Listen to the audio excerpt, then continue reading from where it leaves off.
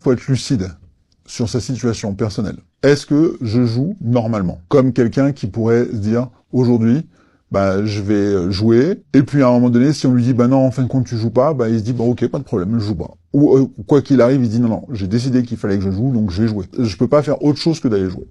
Dès l'instant où on a compris qu'on avait un rapport qui était, limite, ça devenait une priorité de jouer, ça veut dire qu'on a un souci sur ce sujet. J'ai pas mal de gens qui me contactent par mail ou via mes réseaux sociaux qui me disent est-ce que tu peux m'aider, est-ce que tu peux vraiment me donner quelques astuces pour arrêter avec les jeux d'argent. Je perds beaucoup d'argent, je sais pas comment faire. Ce que la plupart des gens ne savent pas, c'est que les jeux d'argent, c'est comme tout simplement dans la vie de tous les jours. Il faut savoir mettre des limites, parce que si tu n'as pas de limites, qu'est-ce qui se passe, mon ami? C'est du bordel. Beaucoup de gens commettent cette erreur, c'est-à-dire en fait ils vont jouer, mais leur limite de dépôt n'a pas été établie. Du coup, qu'est-ce qui se passe quand ils vont perdre? T'as ce processus qui est psychologique et qui est mental. C'est-à-dire quand tu perds, tu as envie de récupérer l'argent que tu as perdu.